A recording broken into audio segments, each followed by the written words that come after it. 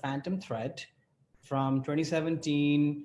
And the logline is set in 1950s London.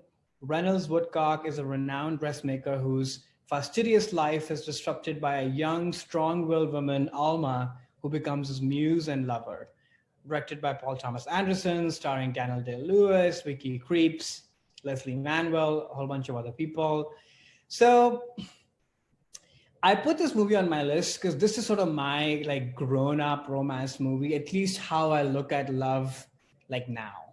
When I watched this movie initially, it obviously wowed me and I really enjoyed it, but I think it's developed a lot more relevance for me over time. And here's why.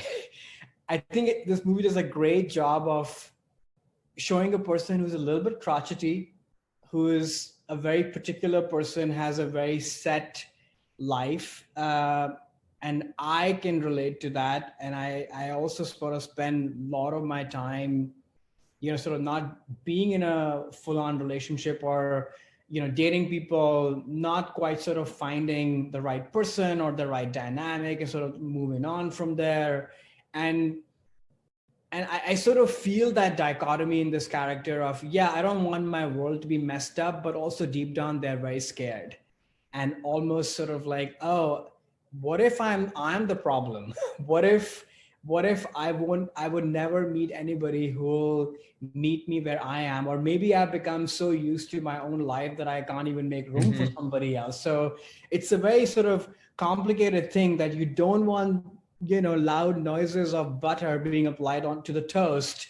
But at the same time, you're kind of scared that what if I'm left alone eating breakfast for the rest of my life, And that's sort of a very real thing that a lot of people feel. And I felt that. And I think this movie is about that, but then it's about meeting your own match, which is not to say somebody who gives it to you right back. That could be one form of it. But I think what I love about this movie is these are two people who are strong-willed for sure, but they come together and sort of figure out their own love language. And I think this is a movie about, yeah, love is hard to kind of get into, and you might have the initial attraction and resonance, but when it comes to really forming a relationship with somebody, it takes adjustment, it takes work. But then when you find that love language with each other, it's pretty wonderful. You know who you are, you know what your shortcomings are, and you're willing to give in to the other person to kind of take you for a ride, and the net sum ends up becoming positive, as opposed to you just looking at your own single-minded view of life, kind of similar to Rob, if you will. But this is sort of, we're almost like meeting Rob after, I don't know, 20 more years, and he's sort of just been single in his music store so far. And the learning wasn't good enough that he still fumbled and finally meets somebody 20 years after who really shows him, and he's ready to be shown as well. So that's why this movie resonates. Obviously, it's a PTA movie. So like we've talked a lot on this podcast, it's exquisite mise-en-scène, all departments working in harmony, as always. Johnny Greenwood's score, fantastic, cinematography, super layered performances by everybody. We'll get into that.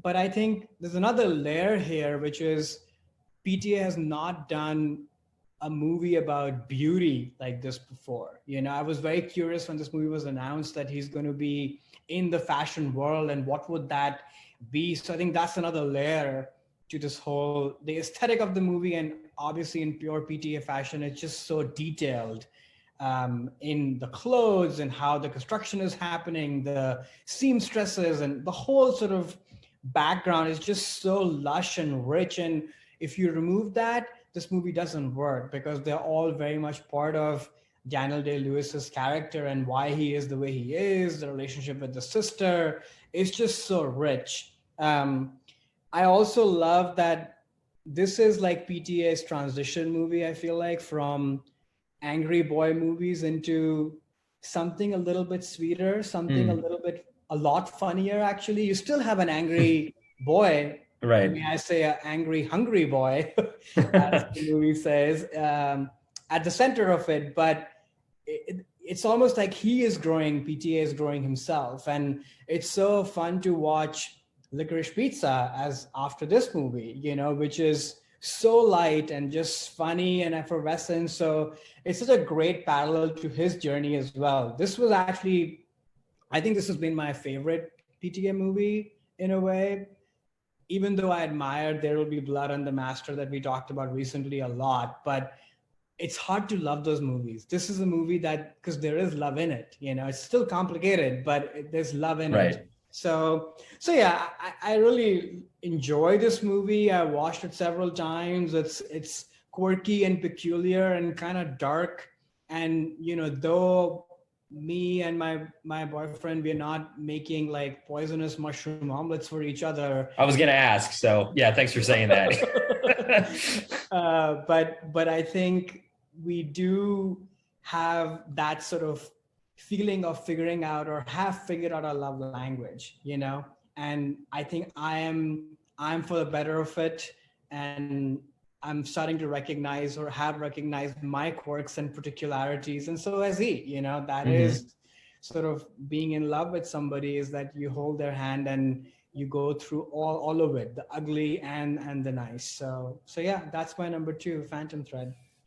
Yeah, this is I'm glad we're talking about this movie. I think it's very unique in terms of what the angle that it addresses love and the theme of love, because it definitely is a love story, like you said. To me, I see this as a lot around the power dynamics of a relationship and of love. So, he's this guy who's a world-renowned dressmaker. He has full power. He's like a dictator at his office. Everyone's afraid of him. He can say whatever he wants. But now, and he meets this woman who was a waiter. So she is like subservient in her work, right? She's helping other people. Like, she has no power or agency at her job. She's the worker, whereas he's like the owner of his company, right? But I feel like because of his love for her, he allows her to have power over him. And that's something that he craves, even though he doesn't get it anywhere and he likes to in his work life be the one in control. But because of the love for her that he has, he lets her in and lets her get that power over him, which she also likes. And there's definitely this their love language seems to be a lot about like who's the nurturer and who's the one who needs to be nurtured. And there, once she starts poisoning him, which basically like breaks down his shell into this sickly, almost dying person that desperately needs her, like a baby, right? He's reversing back to a baby, and there's this whole subtext too of his mother that they deal with. So he clearly has mommy issues. So he basically reverts back to a baby, and then she's able to nurse him back to health. And that's really what I think he craves more than anything else. It's to be nurtured, and she craves to then be the nurturer. And the fact that they're able to find that dynamic in a way that is unhealthy, because she is actually poisoning him, but that works for them. Like at the very end of the movie, like he knows he's eating something that's going to make him sick. He knows what she's doing. It's not a surprise. You are poisoning me. You are making me weak. But that is how you're expressing love. And that's the love that I need. It's like they both work out what each of each other needs in the other person. And it just happens to work. Like she's the perfect match for him, like you were saying, because she's the one who desperately is willing to actually poison the person that she's in love with so that she can then nurse him, because she needs to be the nurturer and he needs to be the one that is the baby again. Which is kind of hard. Like it's a very hard movie to watch in that sense, because in a way you can view this as a toxic relationship, like she's actually poisoning the guy, but there is really true love there. I mean, who else would you let poison you knowingly but someone that you're madly in love with? I mean, it's that does speak to how this film, I think, just expresses love in a very unique way through this dynamic of power and control in a relationship. Totally. I also think, had you watched this movie before, by the way?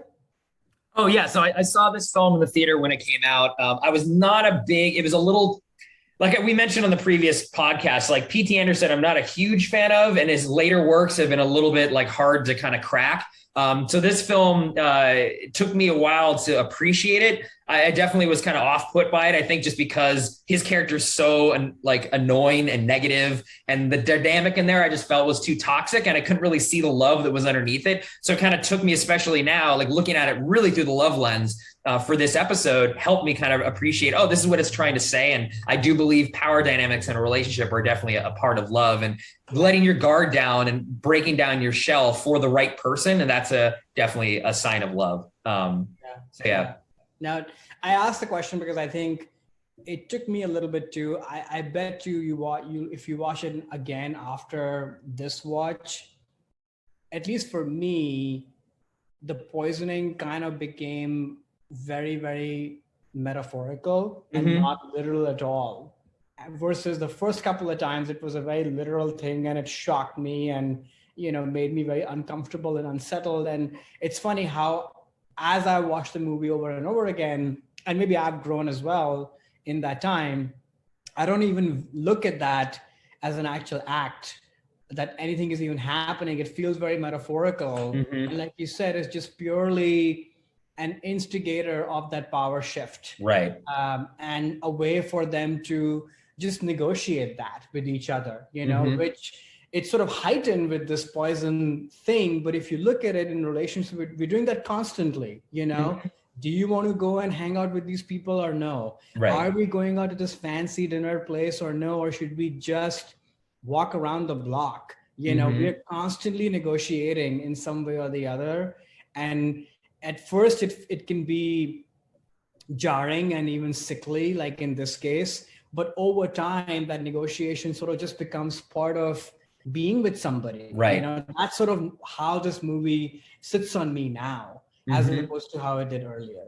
Yeah. Yeah, it definitely is shocking, I guess you could say. When you first seen it, it's like, wait a second, what's going on? It's like, oh my gosh, like, where is this going to go? But then you're right. It is definitely like a metaphor for that power dynamic. And it's what he needs. I mean, at the end of the movie, he's eating that poisoned omelet. And it's clear, like, oh my gosh, I've been waiting my whole life to find someone who can poison me in this way. I mean, it's sort of what I'm reading in his face. But I mean, that's what, love can be. It's like the one person that he'd allowed to do that with is the one he should be with. I mean, they definitely, and both, serve each other in that way too. Like she, as someone who in the beginning of the movie, again, as a waitress, like she's needing to serve someone. And now it's like someone who she can nurse back to health from being almost dead to this position of absolute power in this industry. I mean, that makes her feel good. And that's how she expresses love, to bring this man back up to where, the world wants him to be. I mean, that's how she, that's what she gets out of the relationship. So they're both winning here. It's not not like one's having power over the other. It's just like the back and forth between that is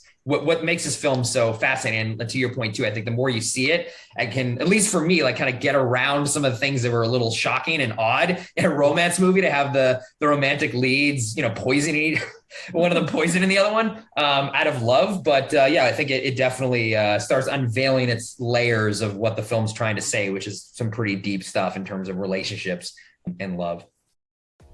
Hey there, it's Alex. If you like the review and discussion Karan and I just had, make sure you subscribe to our channel, Movies That Shaped Us, to get full episodes. Every other Wednesday, Karan and I cover a topic around important people, places, events, and moments in our lives, and then explore it through 3 of our favorite movies. Subscribe right now, or follow our podcast on Spotify or Apple Podcasts via the link in the description below. Hope you join us for the journey.